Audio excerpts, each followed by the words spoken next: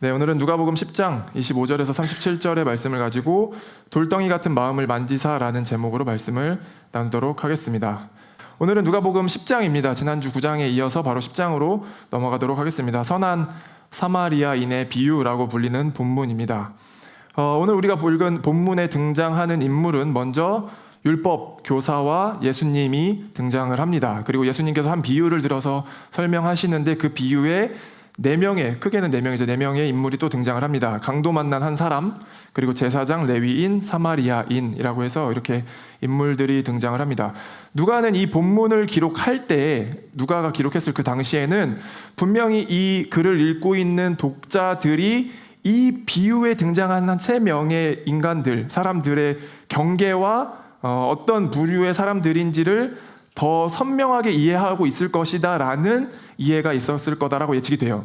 뭐냐면 오늘 우리가 이 본문을 보면서 느껴지는 것과는 다르게 그때 당시에 누가가 기록했을 때에 듣고 있는 독자들은 이 인물들의 이름만 들어도 제사장, 레위인, 사마리아인만 보아도 바로 어떤 사람들인지에 대한 경계가 명확하게 이해가 되던 그때 당시에 어떤 문화적 이해를 가지고 있다라는 거죠.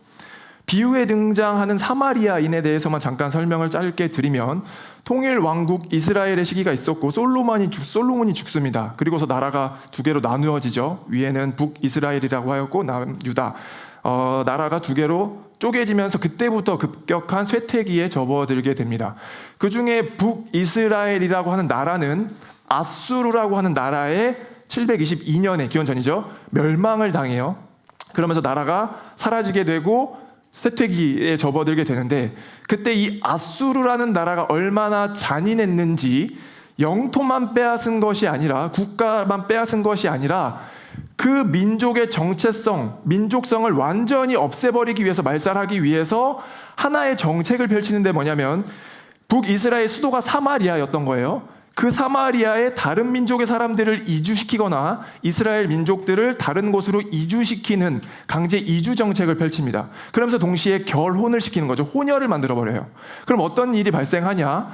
자연스럽게 자기 민족의 정체성을 잃어버리게 되는 거죠. 민족성을 점점 잃어버리게 된다는 거예요. 예를 들면 한국인 아버지와 한국인 어머니가 결혼을 해서 자녀를 낳으면 자연스럽게 한국 민족의 문화와 유산들을 갖고 태어나게 되겠죠. 그런 것들을 배우면서 자연스럽게 한국인이라는 정체성을 가지고 살아간다는 거예요. 그런데 한국인 아버지와 미국인, 예를 들은 거예요. 미국인 어머니가 결혼을 했을 때는 그거보다는 민족성이 조금 덜 하겠죠.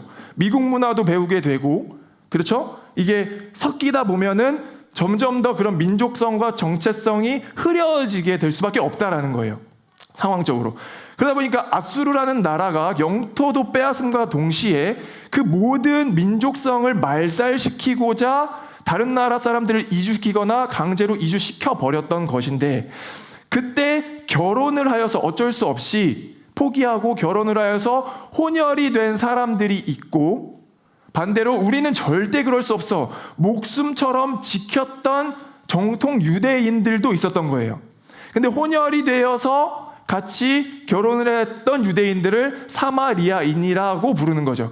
그것이 예수님 시대까지 왔을 때 사마리아인들을 정통 유대인들이 무시하고 이방인 취급을 했었던 거예요. 말이 이방인 취급이지 사람 취급을 하지 않았다라고 하는 거예요. 역사 자료들, 문헌들을 보면 이방인보다도 오히려 더 못한 취급. 어떻게 너네가 그렇게 혼혈이 될 수 있어? 그게 우리의 어떤 목숨과도 가장 중요한 진짜 꼭 지켜야 되는 것인데 어떻게 결혼을 해서 우상과 함께 이렇게 결혼할 수 있어? 이런 어떤 그런 문화들이 있었던 거죠. 그러다 보니까 누가가 기록했을 당시에 이 제사장 레위인 사마리아인을 본문으로 읽는다면 우리가 느껴지는 이 세 부류의 경계보다 훨씬 더 선명한 이해가 있었을 거라는 거예요. 그러니까 우리는 조금 이게 잘 안 와닿잖아요. 그러니까 어떤 말이냐면 예를 들어 오늘날로 본문을 치환해 보면 한 강도 만난 자가 쓰러져 있었는데 3사람이 지나가는 거예요. 어떤 사람은 50대 중견기업의 부장님이 한 사람이 지나친 거고 또 한 사람은 대학교 잘 졸업한 번듯한 청년이 지나갔는데 한 부류는 우리가 듣기만 해도 알러지 반응이 나타나는 누군가 있잖아요. 예를 들면 북한 이탈 주민이라든지 예를 든 거예요. 이해가 되나요? 우리가 그냥 딱 들었을 때 선입견 어떤 선이해, 우리 문화 안에서 알러지 반응이 나타나는 그 새 부류를 그때 당시에는 누가가 썼을 때 바로 이해할 수 있었다라는 거죠. 그러면 누가가 이 기록을 통해서 말하고자 하는 바가 분명했을 것 같아요. 이 경계와 혹은 누가복음은 유대인뿐만 아니라 이방인들을 위해서 지어졌다라고도 하는데 이방인들이 보았을 때 어떤 걸 얻길 원했는지에 대한 메시지도 있을 수 있겠죠. 혹은 반대로 유대인들이 보았을 때 어떤 것들을 깨닫고 반성하길 원했는지도 있을 수 있겠죠. 그러니까 이 본문을 우리가 읽기에 앞서서 먼저 이런 것들을 알고 본문으로 들어가면 훨씬 더 입체적으로 선명하게 하나님의 뜻과 말씀을 이해해 볼 수 있겠는 거예요. 25절부터 우리가 한번 보도록 하겠습니다. 25절 말씀 볼게요. 어떤 율법 교사가 일어나서 예수를 시험하여 말하였다. 선생님, 내가 무엇을 해야 영생을 얻겠습니까? 여기서 이 시험하였다라는 말은 너무 부정적인 뉘앙스로 볼 필요는 없습니다. 물론 존경하진 않았죠. 그런데 선생이라고 하니 어느 정도의 권위와 말씀을 가르칠 수 있는지 한번 물어보기 위해서 테스트 정도, 어떤 부정적으로 막 시험하였다라고 볼 필요까지는 없는 것 같아요. 26절, 예수께서 그에게 말씀하셨다. 율법에 무엇이라고 기록하였으며 너는 그것을 어떻게 읽고 있느냐. 그러니까 율법에 능통했던, 그리고 스스로 꽤나 잘 살고 있다라고 생각하는, 그리고 아마도 이미 영생을 얻었다라고 생각하고 확신하고 있는 이 율법 교사가 지금 묻는 거예요. 너가 그렇게 확신하고 잘 알고 있는 성경에는 어떻게 기록되어 있니? 예수님이 대답하시죠. 네가 마음을 다하고 네 목숨을 다하고 네 힘을 다하여 뜻을 다하여 주 너의 하나님을 사랑하려 하였고 또 네 이웃을 네 몸같이 사랑하려고 하였습니다. 예수께서 대답하셨다. 네 대답이 옳다. 그대로 행하여 그리하면 살 것이다. 그러니까 성경은 일관되게 두 가지의 행할 것을 우리에게 요구를 하는 거예요. 뭐냐면 하나님을 사랑할 것과 이웃을 사랑할 것. 모세가 시내산에 두 돌판을 받았을 때도 크게는 두 가지의 이야기였죠. 하나님을 사랑할 것과 이웃을 사랑할 것. 늘 제가 반복적으로 이야기했던 내용 중에 하나가 뭐예요? 부르심을 기억하는 것과 세상을 품는 것. 산 위로 상승하는 것, 하나님의 말씀과 정체성을 깨닫기 위해서 우리가 상승하는 것과 회귀하는 것, 산 아래로 내려오는 것. 늘 성경은 반복적으로 두 가지의 큰 이야기를 하는 거예요. 하나님을 사랑하여라, 너 이웃을 사랑하여라. 믿음과 행위가 따로 영역이 존재하지만 분명하게 같은 논리이죠. 두 가지는 뗄 수가 없습니다.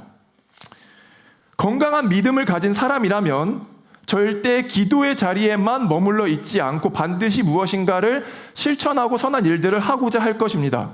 또 무엇인가를 나누고 베풀고 선한 일을 하는 사람들은 반드시 그 안에 하나님이 주신 어떤 믿음과 선한 마음이 있기 때문에 가능하다라고 믿는 거죠. 성경은 일관되게 두 가지의 이야기를 하나님을 사랑하여라, 이웃을 사랑하여라 라고 이야기하고 있는데 오늘 본문에서도 마찬가지로 두 가지를 예수님께서 말씀하고 계신 거예요.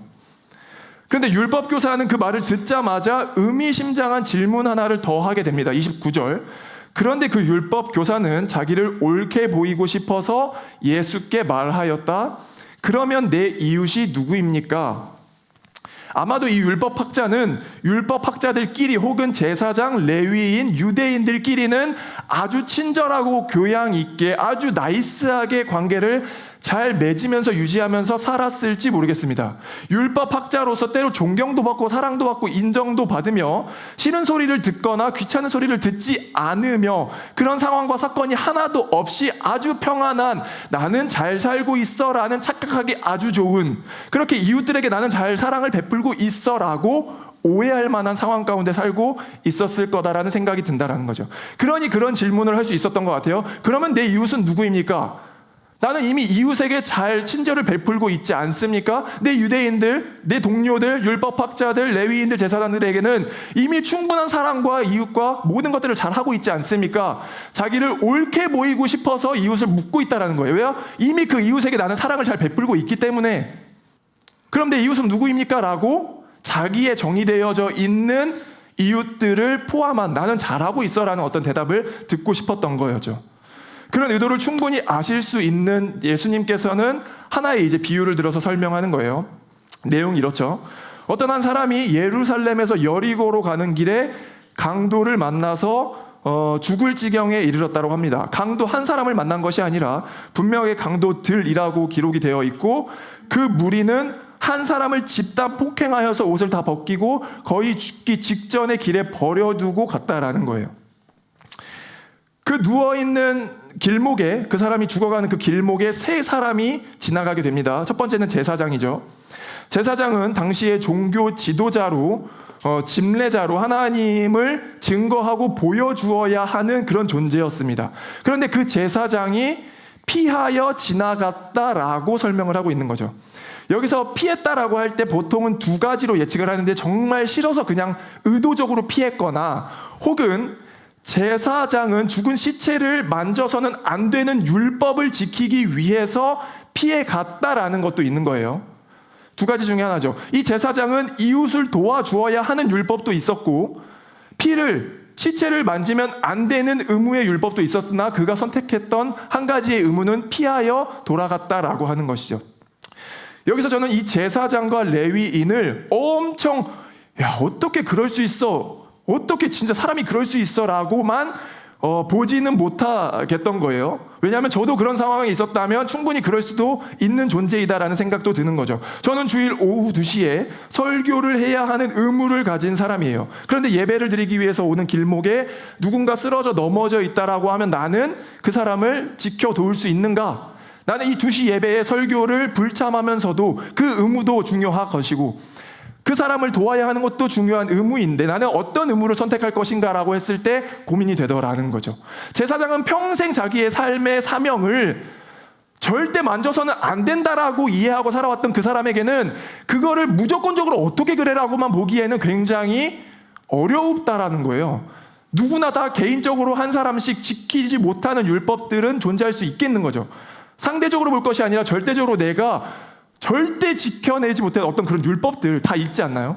누군가는 옛날에 막 그런 소리도 들어봤어요. 뭐 예배 인도자는 어떻게 뭐 이런 복음 성가만 해야지, 찬양만 해야지, 그냥 어떤 이런 그냥 일반 노래들, 가요들을 들을 수 있어라고 하는 율법도 있을 수 있는 거고, 그렇잖아요? 그렇죠? 뭐 어떻게 그리스도인이 막 술과 담배와 매일매일 그렇게 할 수도 있어라고 하는 율법이 있을 수 있는 거고, 그러니까 개개인마다 절대 깨지 못하는, 돌파해내지 못하는 율법이 있을 수 있기 때문에 제사장이 그 의무를 지키기 위해서 피하여 지나갔다라고 하는 것은 나쁘게만 볼 것이 아니라 오히려 우리에게 겸손한 태도로 나는 깨지 못하는 율법은 무엇인가? 라고 보는 것이 오히려 더 건강하겠더라는 거죠. 와, 제사장 진짜 나쁜 놈이네라고만 볼 것이 아니라 그건 그렇고 오히려 우리에게 나는 그래, 어떤 율법을 깨내지 못하지, 돌파하지 못하지? 정말 죽어가는 그 사람이 있을 때 나는 절대 못하겠는데 라고 지나치는 그 무엇은 무엇이지? 라고 고민해보는 것이 오히려 좋겠다라는 생각이 들었다는 거예요. 어쨌든 제사장이 먼저 피하여 지나갔죠. 레위인도 피하여 지나갔다라고 합니다. 그리고 마지막 이방인보다도 못한 취급을 받던, 속된 말로 야 쓰레기야, 동물들 짐승도 못해, 그런 사마리아인이 지금 지나가게 되는 거예요. 33절부터 한번 같이 보도록 하겠습니다. 우리 한 목소리로 같이 한번 읽어보면 좋겠습니다. 읽겠습니다. 시작. 그러나 어떤 사마리아 사람은 길을 가다가 그 사람이 있는 곳에 이르러 그를 보고 측은한 마음이 들어서 가까이 가서 그 상처에 올리브 기름과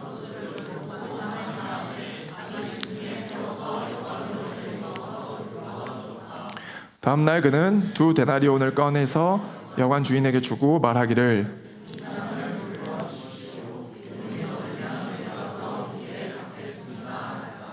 아멘.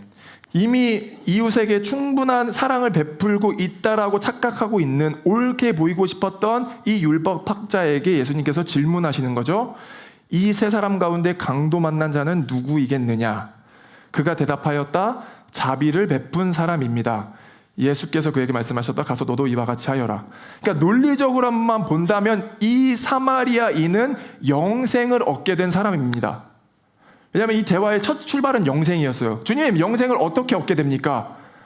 그쵸? 율법에 어떻게 기록되어 있느냐? 이웃을 사랑하여라.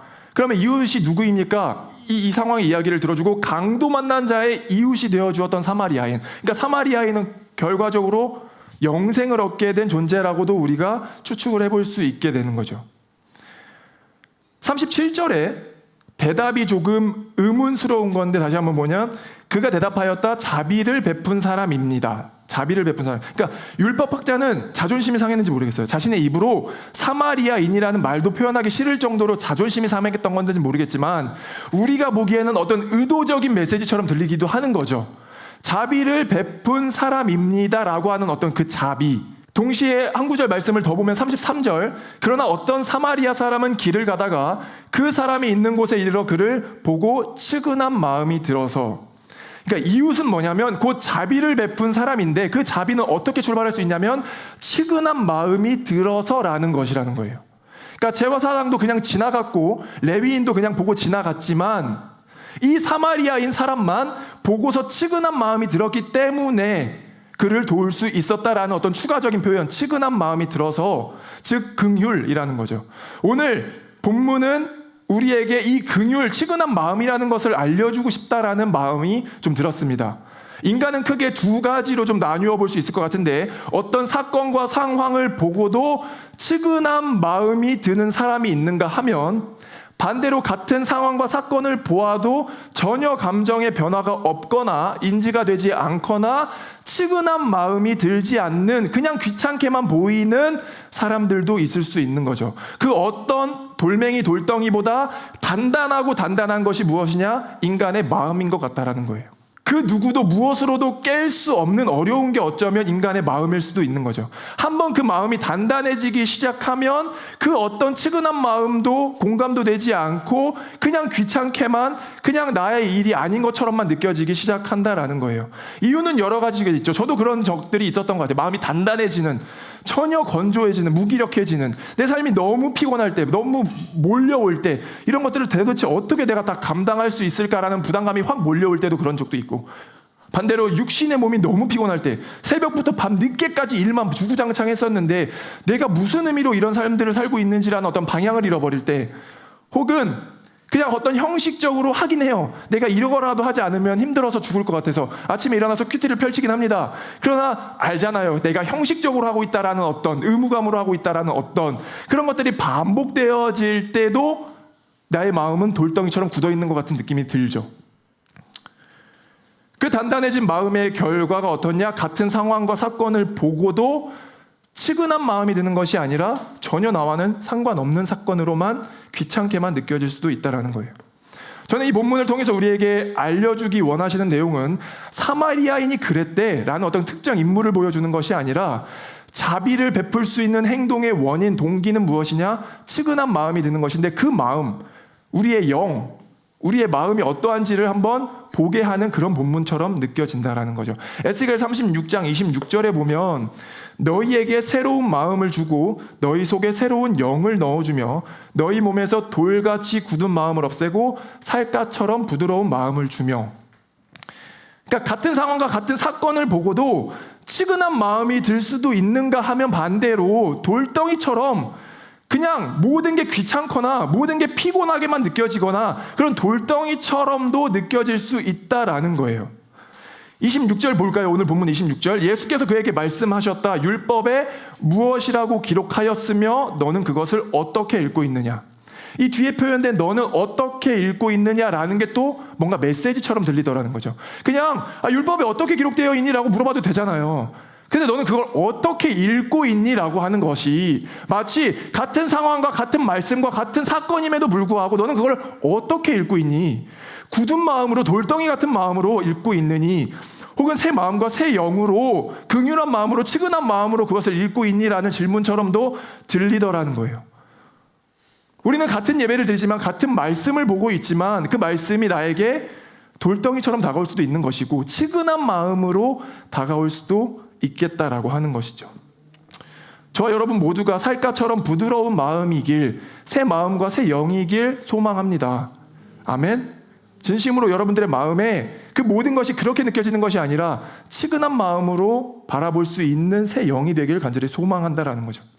그 다음 우리가 이런 질문도 해볼 수 있어야 될 것 같아요. 뭐냐면, 아니 목사님, 누구는 뭐 그러고 싶지 않아서 그렇습니까?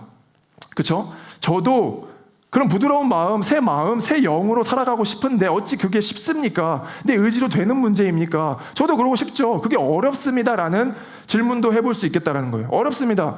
이거는 그냥 뭐 한 가지의 방법만으로는 해결되는 건 아닌 것 같아요. 신체적, 그렇죠? 경제적, 정서적, 문화적 모든 영역에서 조화롭게 이루어져야 그것이 가능한 것 같은데, 그런 것들은 잠깐 제쳐두고 오늘 성경이 말하는, 성경이 일관되게 한 가지의 방법과 설명으로 가능해라고 우리에게 도전을 해오고 말씀해주고 계시는데, 그게 무슨 방법이냐?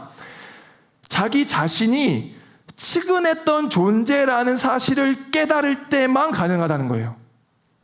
그러니까 자기 자신이 그 길가에 강도 만나서 쓰러져서 피 흘리고 있었던 존재라는 인식이 우리 안에 공감되어질 때, 이해가 되어질 때만 가능하다라는 거죠. 이해가 되십니까? 저는 그 말씀이 무슨 말인지가 어느 정도 입체적으로 다가오는데, 나는 여전히 연약한 육신의 마음과 몸을 가지고 있죠. 그러면 굳은 돌덩이 같은 마음을 살아가게 돼요. 공감도 안 되고 피곤하게만 느껴지고 내가 왜 해야 되는데 라고 질문이 찾아온다라고. 근데 그걸 이겨내는 힘, 내 마음을 새 마음과 새 영으로 다시 한번 하나님이 변화시켜주는 그 힘이 뭐냐면, 나의 존재가 어떤 존재였는지를 깨닫게 해주실 때, 그 사랑을 느끼게 해주실 때 가능해지더라고요. 그치, 내가 그렇게 피투성이 된 상태로 피 흘리며 그 길가에 누워 있었는데 그 주님이 사랑으로 나를 안아주셨지, 나를 일으켜 주셨지라는, 내가 그런 존재였다라는 사실이 깨달아질 때만, 긍휼함을 입었던 사람인 것만 인지가 될 때에만 가능해지더라는 거예요. 누가복음 15장에 가면 탕자의 비유, 나중에 다시 볼 거예요. 그 비유가 등장을 하죠. 그런데 오늘 본문에 기록된 이 단어, 치근히 여기는 마음, 스플랭크니조마이라는 이 단어가 그때에도 사용이 되거든요. 몇 차례 안 돼요. 2번인가 3번 나와요. 스플랭크니조마이, 치근한 마음이 들어서, 긍휼한 마음이 들어서라는 애타는 마음, 부모만 느낄 수 있는 그 절절한 마음, 그 마음의 단어가 탕자의 비유에 나오고 오늘 나온다고요. 탕자의 비유의 본문이 이렇습니다. 둘째 아들이, 아버지 저는 괜찮으니까 그 재산 저 그냥 지금 주시면 안 돼요? 상속받을 재산 저 주시면 안 되겠습니까? 그 무슨 말이에요? 아버지 그냥 없는 셈 치고 살겠습니다. 죽어도 됩니다. 죽고 나서 받게 될 그 유산을 나에게 지금 주세요. 저 그냥 그렇게 성공하고 싶어요. 잘 살고 싶어요. 자유롭게 살고 싶어요. 아버지가 그것도 힘들었을 텐데, 오케이 괜찮아 알겠어라고 하고 주죠. 아들이 갖고 나가서 삽니다. 살아보니까 그게 사라지던가요? 힘들어요. 아버지가 뒤에서 얼마나 도와주고 있었는지, 긍휼함으로 품고 있었는지가 모르면 나가보고 알게 되는 거예요. 힘들죠. 죽기 직전까지 가더라고요. 그렇게 힘든 삶을 살던 그 아들이 선택할 수 있는 건 2가지예요. 그렇게 죽어버리거나, 이제서라도 내가 갈 수 있는 곳 여기밖에 없는데 그냥 철평 깔고 그냥 모른 척 하고 미안하다라고 하고 그냥 아버지한테 한번 들어가 볼까? 집으로 들어갈 수 있는 2가지의 방법인데, 2번째를 선택하죠. 갑니다. 아버지의 반응이 어때요? 언제 오는지, 이제 오나 저제 오나 하루도 빠지지 않고 그 아들이 죽었는지 살았는지 계속 기다리면서 그 마을을 서성이고 있었다라는 거예요. 혹시라도 우리 동네에 누가 먼저 가서 얘를 죽이면 안 되는데, 얘를 내쫓으면 안 되는데, 내 아들이 그렇게 살아도 내 아들인데 우리 마을에 왔을 때 내가 먼저 2팔 벌려 환영하고 안아줘야 되는데 라고 해서 그 아버지는 매일같이 그 문을, 마을을 기다렸다라고 하는 것이 그 본문인데, 그때 그 치근한 마음이 들었다라고 하는, 그 아들을 향한 사랑이 들었다라고 하는 그 마음이 같은 단어를 쓴다라는 거예요. 스플랭크니조마이, 자비, 긍휼. 그 아들은 그 사랑을 경험한 거죠. 아버지만 줄 수 있다라는 그 마음.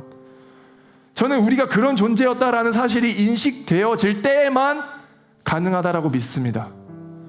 우리의 마음은 늘 돌덩이 같고 굳은 마음으로 살아갈 것이지만, 그것이 부드러운 살갗으로 바뀔 수 있는 유일한 방법 하나는 성경에서 너희가 그런 존재였어, 내가 너희를 그렇게 아는 거야 라고 품어주시는 사랑이 느껴질 때, 그 아들은 삶을 살다 보면 나중에 강도 만난 사람을 돕는 존재가 되어져요.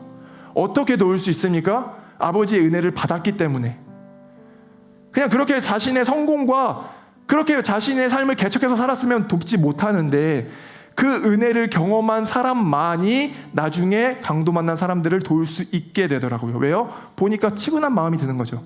보니까 아버지가 나를 도와주었던 그 존재가 나처럼 보이는 거죠. 내가 그를 돕지 않으면 도울 수 있는 사람과 상황이 만들어지지 않겠다라고 보이는 거죠. 그 은혜를 경험해본 사람만 결국 치근한 마음이 들고 자비를 베풀 수 있는 것인데, 거꾸로 가는 거예요. 자비를 베풉시다라고 가면 안 되죠. 선한 사람이 됩시다라고 가면 안 된다고요. 그건 우리의 그냥 노력이에요. 결단이에요. 결단도 중요하지만 그것의 근본적 원인과 동기는 뭐냐면 치근한 마음이 들어서인데, 그 치근한 마음은 우리가 그런 존재였어서, 우리를 그렇게 품어 안아주신 하나님의 사랑을, 아버지의 사랑을 느낄 수 있을 때 가능한 줄 믿습니다. 아멘. 꼭 기억할 수 있으면 좋겠습니다. 자비라고 하는 그 단어, 긍휼한 마음이 들었다라고 하는 그 단어. 그런데 그것이 어떻게 가능해지냐? 나의 이 연약한 존재를 끌어안아 주시고 사랑해 주시고 어느 때라도 잊지 않으시고 기억해 주시는 그 하나님의 사랑을 기억할 수 있을 때, 어떤 모습과 어떤 모양으로 살더라도 그게 중요한 게 아니라 괜찮아라고 우리를 인정해 주시는 그 하나님을 알 수 있을 때 가능한 줄 믿습니다. 이번 한 주간의 삶을 살아갈 때에 그런 마음으로 우리가 살아보기를 간절히 소망합니다. 우리를 끝까지 포기하지 않으시는 그 사랑을 기억하면서 선한 사마리아인이 되겠습니다라고 고백할 수 있는 저와 여러분이 되길 진심으로 소망합니다.